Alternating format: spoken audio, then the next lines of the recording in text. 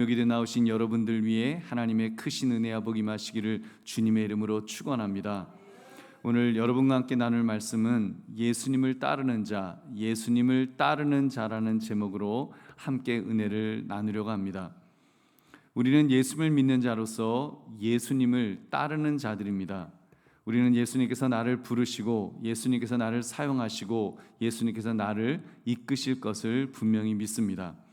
그런데 예수님을 따르는 자로서 그 자격 조건에 대해서는 각자 기준이 다를 것입니다. 어떤 사람은 그 기준이 굉장히 높을 것이고 또 어떤 분은 기준이 별로 높지 않을 수도 있고, 여러분은 예수님을 따르는 자가 되기 위해서 어느 정도의 자격 요건을 갖추어야 한다고 생각하십니까? 오늘 말씀 예수님을 따르는 자라는 제목을 가지고 예수님을 우리가 마음껏 따를 수 있는 그 근거를 살피시는 이 밤이 되시기를 주님의 이름으로 축원합니다. 첫 번째, 예수님을 따르는 자는 하나님이 선택하신 자입니다. 하나님이 선택하신 자. 여러분, 예수님을 믿게 된 계기는 각각 다를 것입니다. 그런데 그 이유는 지극히 인간적인 이유가 대부분일 것입니다. 모태신앙, 태어날 때부터 부모님이 교회를 다녔기 때문에 나는 자연스럽게 그렇게 예수님을 믿게 되었습니다. 그 신앙을 접하게 되었습니다. 그런 분도 있을 것이고, 또 친구 따라서 친구 따라 강남도 가는데 나는 친구 따라서 이렇게 교회를 나오게 되었습니다. 천국 가게 되었습니다. 아마 그런 분도 있을 것입니다. 또 가족이 하도 보채서 어쩔 수 없이 나왔다고 하는 분도 있을 것이고, 친구가 전도해서 또 마음이 울적해서 한번 나가볼까 했는데 그래서 나하고 잘 맞았다, 그래서 내가 교회를 나오게 되었다, 그런 이유도 있으실 것입니다.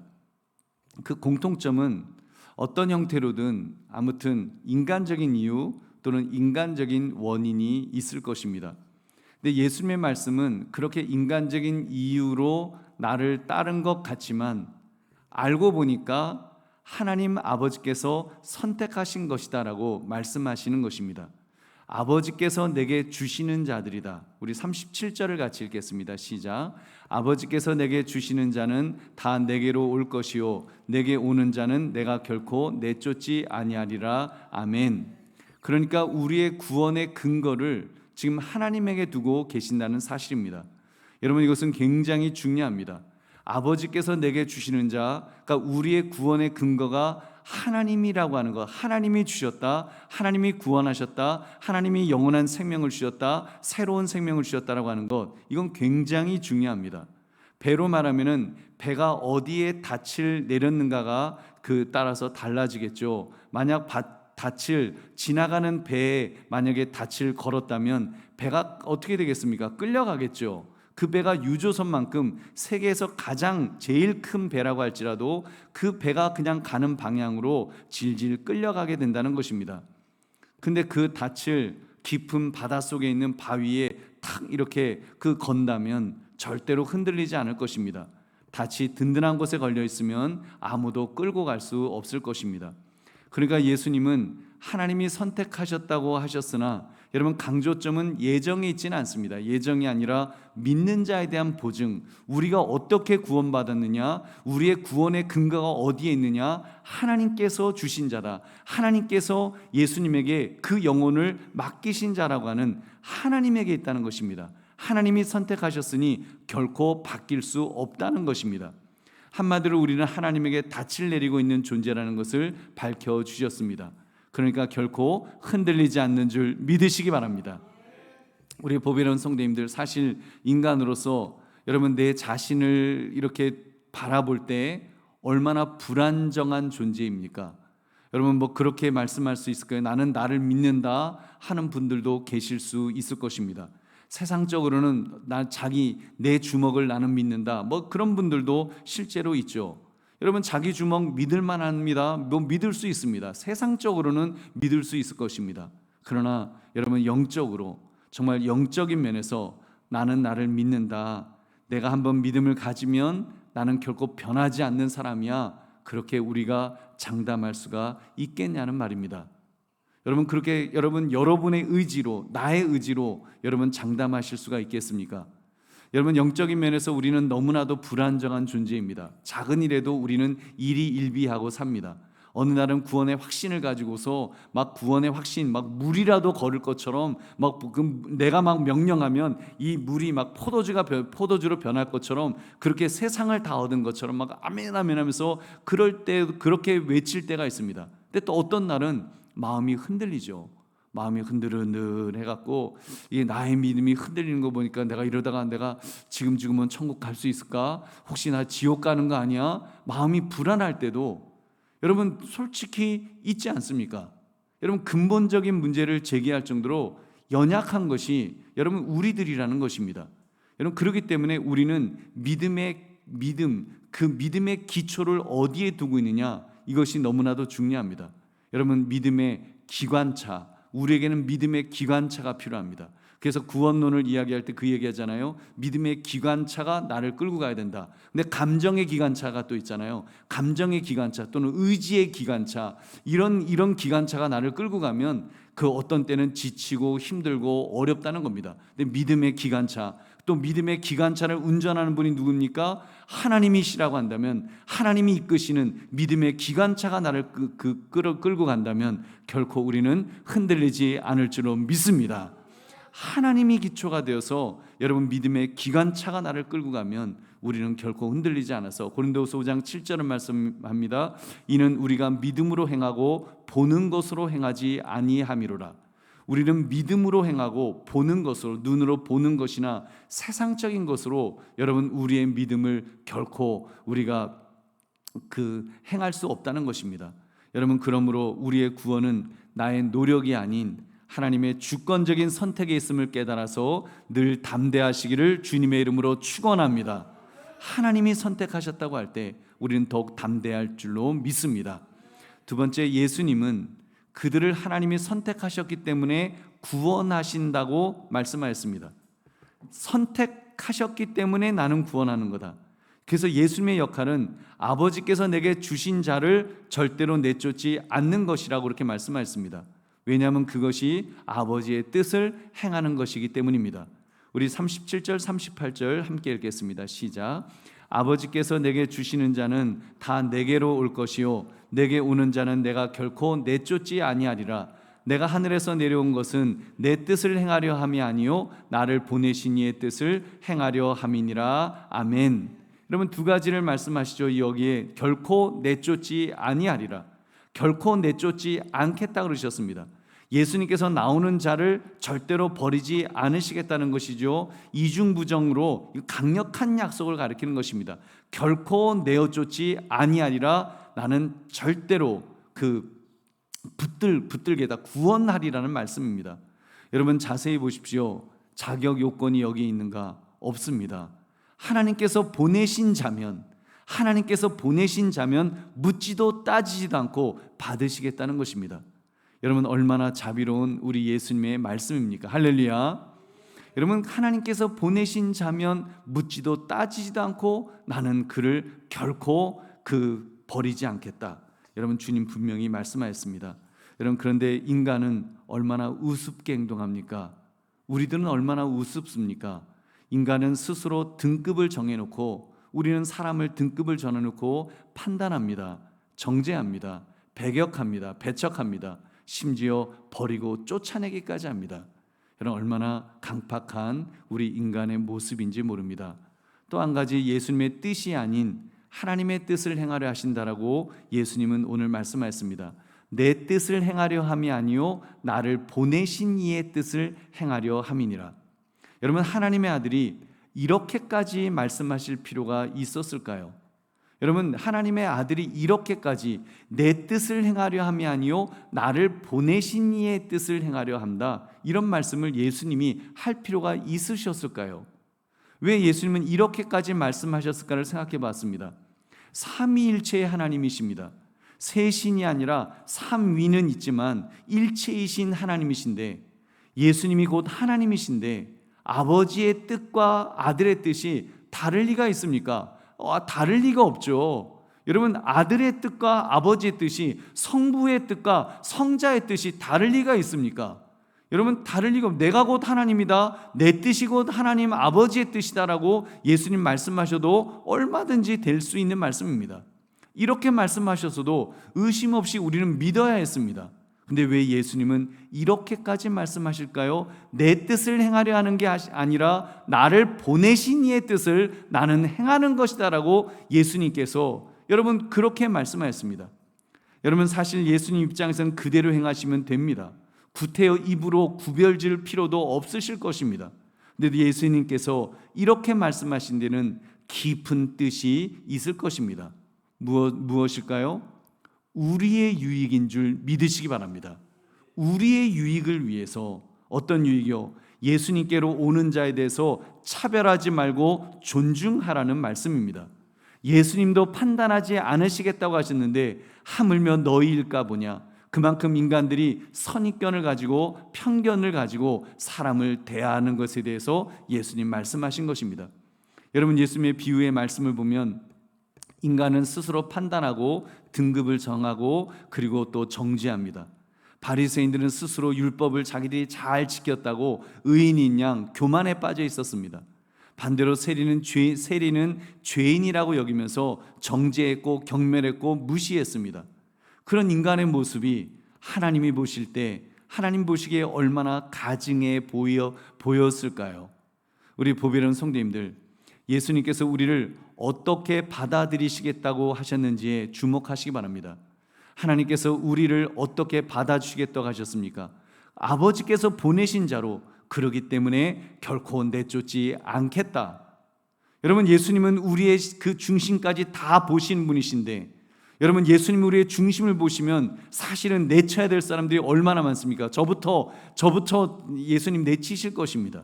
근데 예수님 말씀하시기를 아버지께서 보내신 자로, 그러기 때문에 결코 내쫓지 않겠다고 예수님 말씀하셨습니다.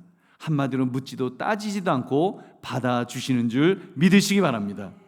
그렇다면 전도되어 나오는 분들에 대해서 우리는 어떤 태도를 취해야 되겠습니까? 우리 역시도 묻지도 따지지도 말고 여러분 받아줘야 될 줄은 믿습니다. 왜요? 우리는 순종할 존재이지, 순종해야 되는 존재이지 우리는 판단하는 존재가 아니기 때문입니다. 판단하실 분은 오직 우리 하나님 한 분밖에 안 계신 줄로 믿습니다. 여러분 전도대에 오시는 분이 동네에서 제일 말이 많고 성질이 더럽고 수준이 나쁘고 아주 수준이 낮고 나쁘다는 평판이 자자한 사람이라고 하면 여러분 혹시 어떤 마음이시겠습니까? 왜 하필이면 저딴 사람을 왜 전도에 갖고 왔냐? 여러분 그런 마음이, 인간적인 마음이 왜 안 들겠습니까? 여러분 우리 회개해야 될 줄로 믿습니다. 그런 마음 들면 바로 회개해야 됩니다. 그리고 예수님의 말씀을 기억해야 합니다. 아버지께서 보내신 자를 결코 내쫓지 아니하리라. 아버지께서 보내신 자를, 하나님 아버지께서 보내신 자를 결코 내쫓지 아니하리라. 여러분 우리가 가난한 사람을 대할 때도 마찬가지입니다. 못 배운 사람을 대할 때도 마찬가지입니다. 우리는 그 사람을 하나님이 보내신 고귀한 영혼으로 보아야 될 줄 믿습니다. 여러분 고귀한 영혼으로 봐야 됩니다.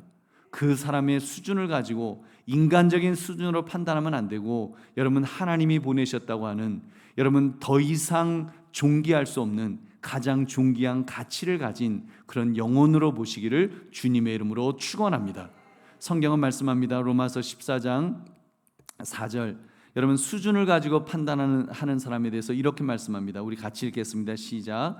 남의 하인을 비판하는 너는 누구냐? 그가 서 있는 것이나 넘어지는 것이 자기 주인에게 있음에 그가 세움을 받으리니 이는 그를 세우시는 권능이 주께 있음이라. 아멘. 물론 이 말씀은 하나님께서 세우시는 주의 종에 대해서 판단하지 말라는 말씀입니다. 그러나 여러분 만인 제사장설 모두가 하나님이 쓰시는 종이라고 할 때 우리는 그 누구도 판단해서는 안 될 것입니다.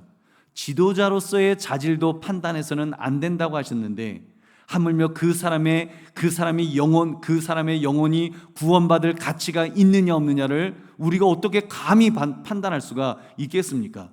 여러분 판단할 수 없어요. 결코 판단해서는 안 됩니다. 여러분 그런 점에서 동성애자에 대해서도 우리가 다시 한번 깊이 생각해야 된다고 저는 생각합니다. 왜 동성애자들이 이렇게 기독교에 대해서 공격적으로 나오는 것일까요? 심지어 어떤 사람들은 성경을 바꾸어서 동성애는 죄가 아니다라는 그런 시도까지 하게 되었을까요?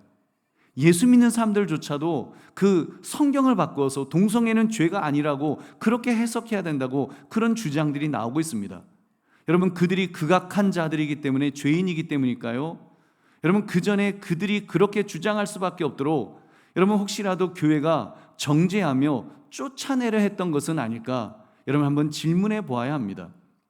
여러분, 교회에서 보면 첩을 둔 사장님은 남자가 그럴 수도 있다며 교회에서 받아주었습니다. 여러분, 첩으로 살던, 첩살이 하던 분들도 알고 보면 사람이 참 착해, 참 착하다면서, 불쌍하다면서 그렇게 다 너그럽게 교회가 받아주었습니다. 그래서 같이 신앙생활을 했어요. 반면에 여러분, 동성애자는 나병 환자라도 된 양 징그러워하고 혐오스럽게 생각하면서 피하지 않았습니까? 용서받지 못할 죄라도 지은 사람처럼 벼랑 끝으로 몰아세우고 도저히 교회에 발을 붙이지 못하도록 쫓아내었던 것은 아닌지, 여러분 한번 우리 자신들을 한번 돌아봐야 합니다.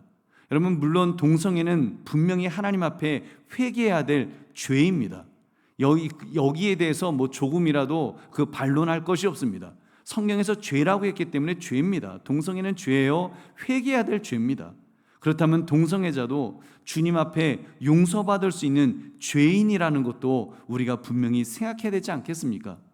여러분, 그래서 이전보다는 좀 더 그들을 교회가 품어주었으면 좋겠습니다. 동성애는 죄로 여기되 동성애자는 교회 안으로 품는 여러분 지혜가 우리 교회에 있어야 될 줄 믿으시기 바랍니다. 그래서 저는 그거 놓고 우리 한국교회가 기도해야 된다고 믿습니다. 어떻게 동성애자들을 그 교회 안으로 끌어들일 수 있을까? 너 동성애자야? 그래서 막 혐오하고 막 배척하고 그러다 보니까 여러분 결국 어떻게 되었습니까? 이제는 성경을 바꾸자고 공격하지 않습니까? 여러분, 그렇게 되지 않도록 정말 동성애자도 다른 사람들, 다른 죄를 지은 사람들도 다 하나님 앞에 나와서 주여 나는 죄인입니다, 이 죄인을 용서해 주세요라고 그러지 않습니까? 그래서 동성애자들도 교회에서 정말 그들도 자기가 동성애가 죄라는 것을 깨닫고 하나님 앞에서 통해 자복하면서도 그래도 하나님 앞에 나와서 함께 예배드릴 수 있는 여러분 그런 풍토가 한국교회에 분명히 있어야 될 줄로 믿습니다. 여러분, 그래야지 우리가 끌려가지 않죠. 그러니까 우리가 너무 배경만 하다 보니까 오히려 이제는 법을 바꾸자고 우리의 입을 막아버리자는 법을 만들자는 것 아닙니까? 여러분, 우리 하나님 앞에 지혜를 구하면서 하나님, 정말 예수님은 그 어떤 자라도 정말 오늘 이 말씀처럼 동성애 자라고 할지라도 여러분 하나님이 보내신 자라면 여러분 주님은 내어 쫓지 않으실 줄로 믿습니다. 여러분, 그렇다면 우리도 정말 하나님이 보내신 자는 누구든지 예수님께서 받아주신 것처럼 교회에 오는 영혼은 단 한 명도 결단코 내쫓지 않으시는 여러분 저와 여러분 되시기를 주님의 이름으로 축원합니다. 세 번째, 예수님은 그들을 한 사람도 잃어버리지 않으시고 모두 구원하신다고 하셨습니다. 우리 39절부터 40절을 함께 읽겠습니다. 시작. 나를 보내신 이의 뜻은 내게 주신 자 중에 내가 하나도 잃어버리지 아니하고 마지막 날에 다시 살리는 이것이니라. 내 아버지의 뜻은 아들을 보고 믿는 자마다 영생을 얻는 이것이니 마지막 날에 내가 이를 다시 살리리라 하시니라. 아멘. 여러분, 확인하셨습니까? 하나님 아버지의 계획은 하나도 잃어버리지 않는 것이라고 그렇게 말씀하십니다. 다시 살리신다고 하셨습니다. 영생을 얻게 하신다고 하셨습니다. 할렐루야. 여러분, 우리는 그 기대 속에서 살아가는 것입니다. 우리 주님은 한 사람도 정말 잃어버리기를 원하지 아니하시고 우리에게 영원한 생명을 주시고 영원한 삶을 살도록 하신다는 사실입니다. 실제로 예수님은 99마리의 양을 놓아두고 잃어버린 양 한 마리를 찾는 목자의 비유를 주셨습니다. 그렇습니다. 예수님은 잃어버린 양을 찾으시는 분이십니다. 한 영혼의 가치를 얼마나 귀하게 여기시는지 모릅니다. 누가복음 15장 7절 같이 읽겠습니다. 시작. 내가 너에게 이르노니 이와 같이 죄인 한 사람이 회개하면 하늘에서는 회개할 것 없는 의인 99으로 말미암아 기뻐하는 것보다 더하리라. 아멘. 그래서 여러분, 정말 그 예수님은 그 한 영혼이 얼마나 그 귀하게 여기시는지, 여러분 그 한 영혼 다 그 영혼들을 너무나도 귀하게 여기신다는 것입니다. 천하보다도 귀한 것이 우리의 생명이라고 하지 않으셨습니까? 마가복음 8장 36절부터 37절, 사람이 만일 온 천하를 얻고도 자기 목숨을 잃으면 무엇이 유익하리요? 사람이 무엇을 주고 자기 목숨과 바꾸겠느냐? 여러분, 한 사람의 목숨, 한 사람의 영혼이 여러분 너무나도 소중한 줄 믿으시기 바랍니다. 여러분, 이런 마음이시기 때문에 예수님은 베드로를 포기하지 않으셨습니다. 인간적으로 한심한 베드로였다고 했습니다. 호언장담해놓고 작은 여종 앞에서 예수님을 부인했던 겁쟁이 중에 겁쟁이였습니다. 세상 사람들은 이렇게 말합니다. 사람 고쳐 쓰는 것 아니다. 사람 고쳐 쓰는 것 아니다. 델잎은 그 떡잎부터 알 수 있다. 얼마나 단호하게 포기하는지 모릅니다. 그러나 여러분, 예수님은 포기하지 않으십니다. 베드로에게 찾아오셨습니다. 유한애들 시몬아, 내가 나를 사랑하느냐 물으시면서 내 양을 먹이라 내 양을 치라 하시면서 기회를 주셨습니다. 그렇게 예수님은 베드로를 다시 찾으셨고 그를 고쳐 쓰셨습니다. 그 겁쟁이 베드로가 사내들인 공회 앞에서, 로마 군인들 앞에서 얼마나 담대한 복음 증거자로 바뀌었습니까? 너희가 십자가에 매달아 죽인 그 예수가 다시 살아나셨다고 하면서 그를 믿으라고 그 복음을 증거하는 복음 증거자가 된 줄로 믿습니다. 그렇게 할 때 3,000명, 5,000명이 회개하는 위대한 부흥의 역사가 일어났습니다. 할렐루야. 우리 보배로운 성도님들, 그런 예수님이시라면 여러분, 우리를 향한, 나를 향해서도 기회를 주실 것입니다. 아니, 저의 목회 인생을 되돌아보니까 하나님께서 나 같은 자도 그렇게 하나님께서 그렇게 쓰신다는 것을 저는 제 스스로 이렇게 경험하였습니다. 제가 산 증거입니다. 제가 얼마나 죄인이었는지 모릅니다. 제가 얼마나 형편없는 죄인인지 모릅니다. 여러분, 그럼에도 하나님은 정말 나 같은 자를 선택하시고 그렇게 복음에 반응하게 하시고 하나님의 말씀을 증거하는 설교자로 세워주셨습니다. 여러분, 그 하나님은 저뿐 아니라 여러분도 세우실 줄로 믿습니다. 여러분, 여러분을 불러주셨습니다. 여러분을 세우셨습니다. 여러분에게 사명을 주셨습니다. 특별히 이제 앞으로 우리가 또 신설동에서 정말 우리가 그 재건축이라고 하는 이 중대한 시점에서 우리로 하여금 주님께서 기대하시는 것들이 분명히 있습니다. 하나님께서 특별하게 쓰실 것입니다. 다른 어느 때보다도 비상하게 쓰셔야 될 것입니다. 왜냐하면 우리를 일꾼으로, 남은 자들로 우리를 예비해 놓으셨기 때문에, 우리를 이 자리에, 더군다나 금요기도의 자리에까지 우리를 불러주신 것은 우리를 특별하게 쓰시고자 하시는 하나님의 은혜인 줄로 믿습니다.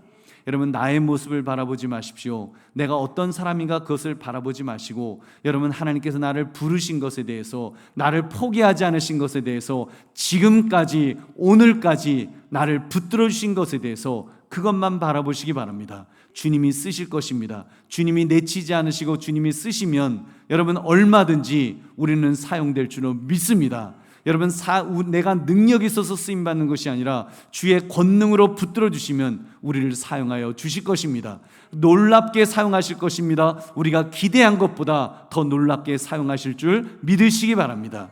그러므로 한 사람도 잃어버리지 않으시고 모두 구원하시는 주님 앞에서 저와 여러분도 부름받아 쓰임받는 그런 인생이 되시기를 주의 이름으로 축원합니다. 이제 말씀을 맺습니다. 예수님을 따르는 자, 저와 여러분은 예수님을 따르는 자입니다.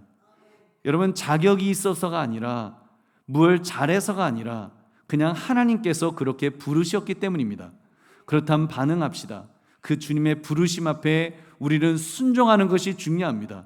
여러분, 우리가 준비되어서 내가 뭔가 많이 갖추었기 때문에 쓰임받을 수 있는 것이 아니라는 걸 분명히 기억하십시오. 여러분, 하나님은 그렇게 쓰시지 않습니다. 우리가 뭘 갖고 있어서 쓰시는 것이 아니라, 여러분, 주님이 나를 부르신 것에 대해서 우리는 전폭적으로 순종해야 될 줄로 믿습니다. 순종하시되 여러분 다 내려놓고 순종하시기 바랍니다. 나는 마른 막대기면도 못한 자입니다. 주여, 나는 아무것도 할 수 없습니다. 하나님이 나를 쓰셔야 됩니다라고 하는 이 간절한 마음, 그래서 나를 다 내려놓고, 내가 가진 것들을 다 내려놓고 주님 앞에 나를 드릴 때 주님이 나를 다시 만들어서 고쳐서 사용하여 주실 줄로 믿습니다.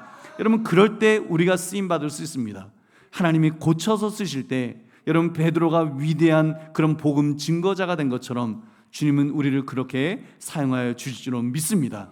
여러분, 나뿐만 아니라 다른 사람도 그렇게 사용하실 것입니다. 비록 어떤 분은 처음 교회에 나오는 분이라 할지라도, 초신자라고 할지라도, 새신자라고 할지라도 그런 분도 하나님이 계획하시면 여러분 사용하여 주실 것입니다. 우리는 모르기 때문에 우리는 기대하면서 소망 중에 모든 분들을 바라며 축복하며 기대할 수 있는 저와 여러분 되시기를 주의 이름으로 축원합니다. 그러므로 예수님을 따르는 자라는 이 제목처럼 예수님을 따르는 자로서 주님께서 우리를 책임져 주실 것을 믿고 주님만 바라보며 주님만 의지할 수 있는 저와 여러분 되시기를 주님의 이름으로 축원합니다. 우리 함께 기도하겠습니다. 우리 565장 찬송